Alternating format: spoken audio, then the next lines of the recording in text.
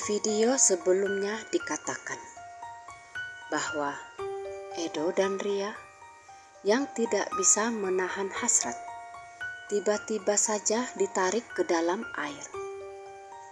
Lalu setelahnya mereka berdua dilemparkan begitu saja ke atas permukaan air hingga tubuh mereka terhempas di atas bebatuan. Dan tak disangka-sangka, Ria melihat sebuah wajah dengan seringai mengerikan, sedang menatap mereka berdua dari bawah permukaan air. Ria menjerit ketakutan, dan tak lama tubuh Edo pun kejang-kejang, dan tangannya mencengkram erat lehernya sendiri, hingga akhirnya Mona, Susan, dan Pak Yapto datang menolong. Si nenek menggeleng-gelengkan kepalanya. Sepertinya ia ingin marah lagi. Tapi Pak Yapto memberi kode untuk si nenek. Kode untuk tidak memarahi Susan dan kawan-kawannya lagi. Kali ini Pak Yapto memalingkan wajahnya ke arah Susan. "Lalu, apakah yang kau lihat tadi itu perempuan hamil?" tanya Pak Yapto. Susan hanya mengangguk. Bagaimana bisa Pak Yapto tahu apa yang dilihatnya? "Wanita yang kau lihat tadi adalah penunggu air terjun itu. Dia tak akan suka jika ada yang berhubungan intim di air terjun itu. Bahkan pasangan suami istri sekalipun. Karena itu akan mengingatkannya akan dosa yang pernah dilakukannya dulu. Dosa yang pada akhirnya merenggut nyawanya." Mona, Susan, Edo, dan Ria berpandangan. Mereka penasaran. Ada kisah apa di balik indahnya air terjun itu? Si nenek, walaupun cerewet, tapi ia sebenarnya berhati lembut. Ia menyuguhkan teh kepada mereka semua. Pak Yapto bercerita, dahulu, sekitar 15 tahun lalu, di air terjun itu, ditemukan mayat seorang wanita hamil. Kehamilannya diperkirakan sudah masuk bulan ke-7. Awalnya, kematiannya diduga karena tenggelam.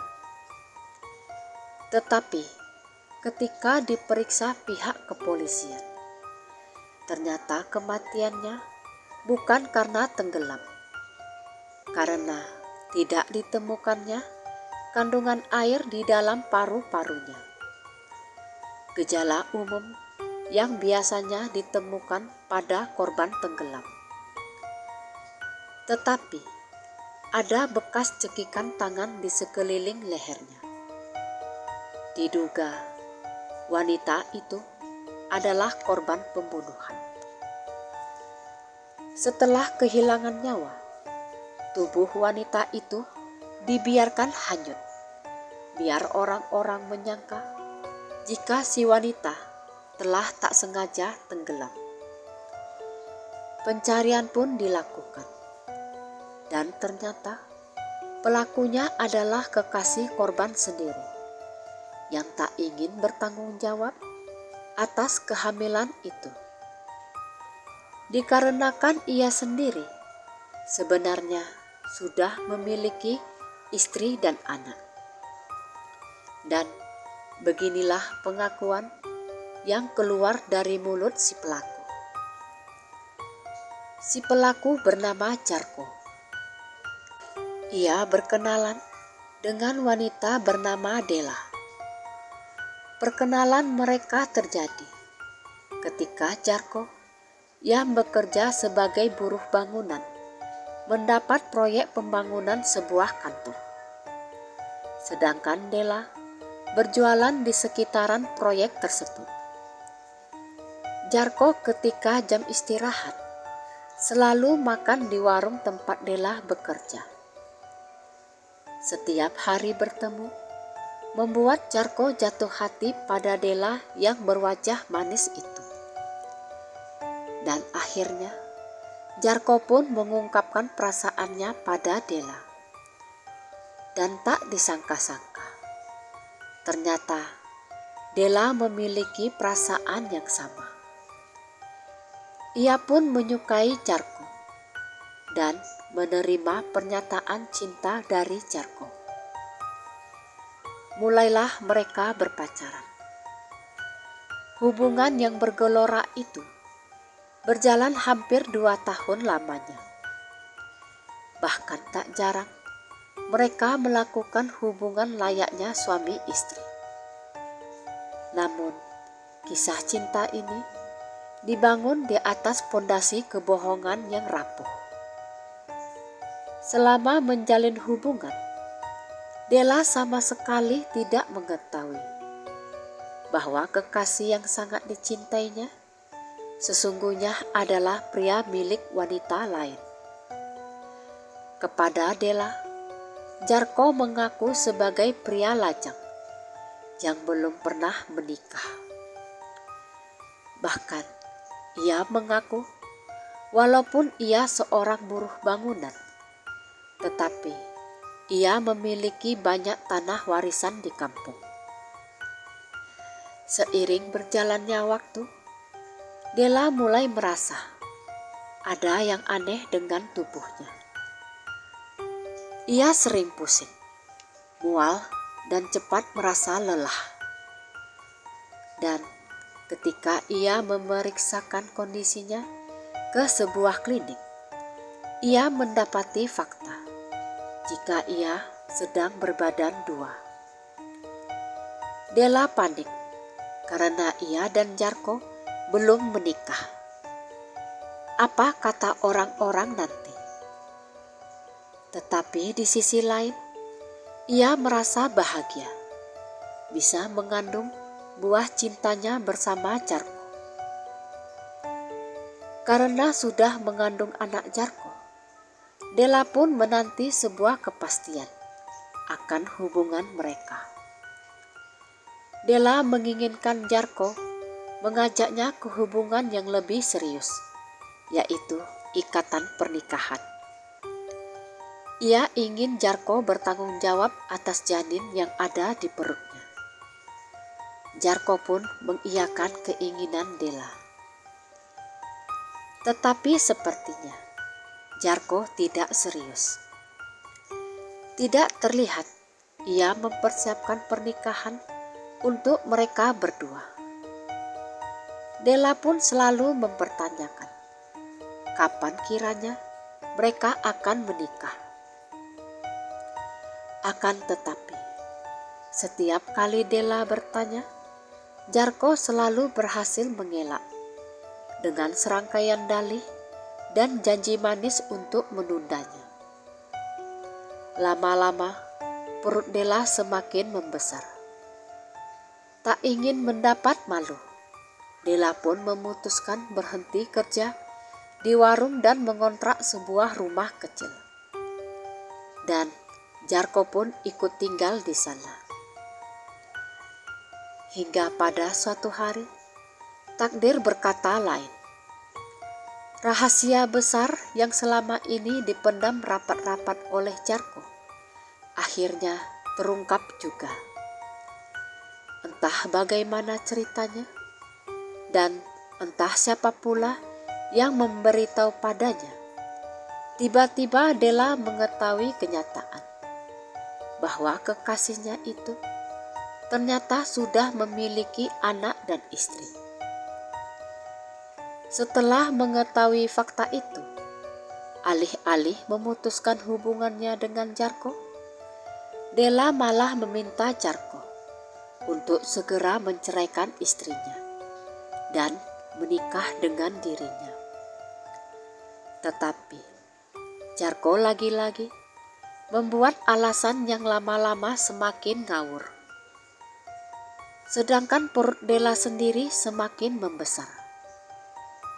merasa kecewa dengan Jarko, Della pun mulai mengeluarkan jurus ancaman, yaitu Della berniat memberitahu istri sahnya Jarko akan hubungan mereka. Bahkan ia akan mengatakan pada istri Jarko, jika ia sudah berbadan dua, hasil hubungannya dengan Jarko. Hubungan cinta yang awalnya manis-manis saja ini pun perlahan mulai berubah menjadi tak harmonis. Jarko yang merasa muak dengan ancaman Della mulai berpikir keras bagaimana caranya ia bisa lepas dari Della. Ia tak ingin keluarganya di kampung tahu tentang perselingkuhannya yang pastinya bisa merusak nama baiknya sendiri. Jarko pun mengatakan pada Della jika ia ingin mengakhiri hubungan mereka. Mendengar itu, tentu saja Della tak terima. Bagaimana bisa Jarko mencampakkan dirinya begitu saja setelah ia menanam benih di rahimnya? Della tak ingin anak di dalam perutnya ketika lahir tidak memiliki sosok ayah di sampingnya. Pertengkaran hebat pun terjadi. Satu sama lain tak ada yang ingin mengalah. Puncaknya, Della yang emosi mengusir Jarko dari rumah dan tak membiarkannya tidur di rumah malam itu. Bahkan, Della mengeluarkan kata-kata hinaan pada Jarko. Jarko yang pikirannya kalut merasa harga dirinya terkoyak karena ucapan Della barusan. Hingga terlintaslah pikiran untuk menyingkirkan Della selama-lamanya dari muka bumi ini. Malam itu, Jarko memilih tidur di sebuah pos ronda yang kebetulan tidak ada orang di sana. Keesokan harinya, Jarko mendatangi rumah Della dan dengan nada lembut berusaha mengajak Della berbaikan. Awalnya Della masih merasa marah, tetapi Jarko dengan mulut manisnya berhasil membujuk Della. Jarko pun mengajak Della berjalan-jalan sejenak, melupakan masalah yang sedang mereka hadapi. Tanpa menaruh rasa curiga sedikit pun, Della menyetujui ajakan Jarko. Lalu, dengan berboncengan sepeda motor, pergilah mereka berjalan-jalan mengelilingi kota.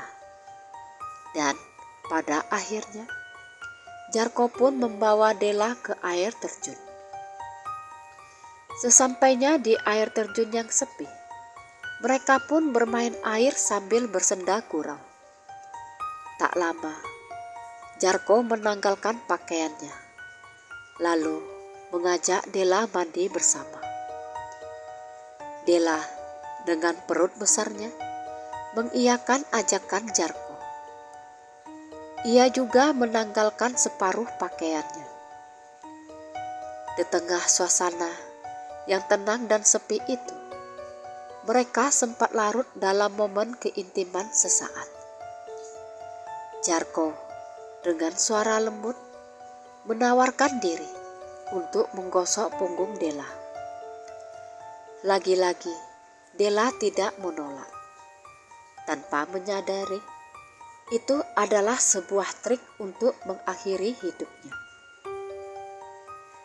Ketika Della membelakangi Jarko, secepat kilat, Jarko melingkarkan jari-jarinya ke sekeliling leher Della dan menekannya kuat-kuat. Della berusaha melawan. Di tengah-tengah perjuangannya, Della sambil menangis sempat mengingatkan Jarko akan anak yang ada di kandungannya. Tapi Jarko yang sudah gelap mata tidak mempedulikan ucapan dan tangisan Della.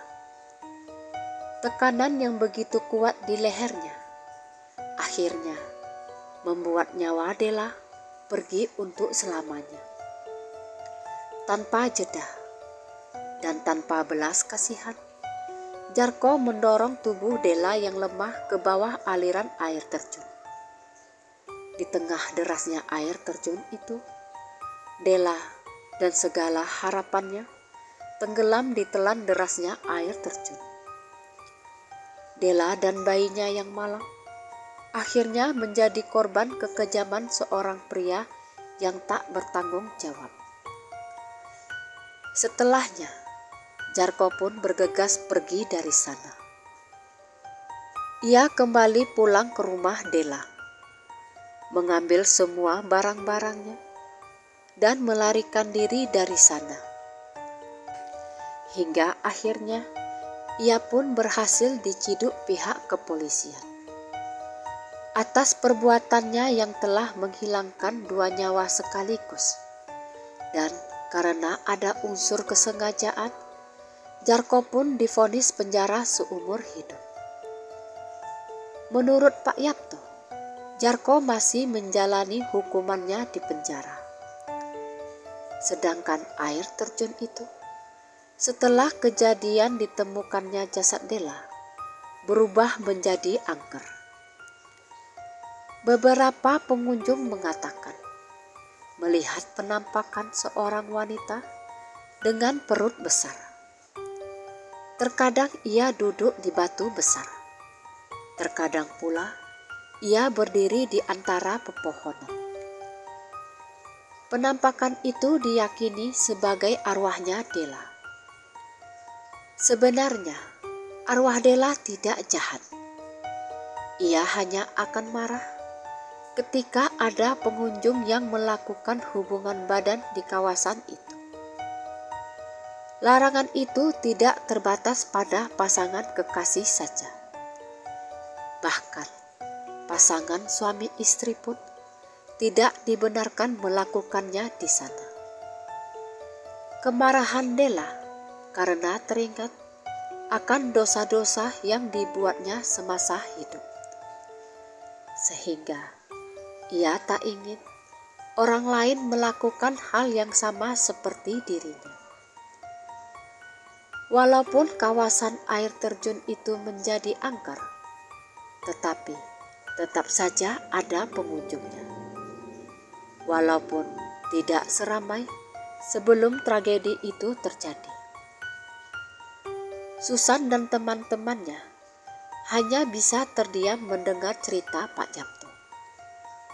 Sedangkan Ria, tangisannya belum sepenuhnya berhenti. Tetapi ia mulai sedikit tenang.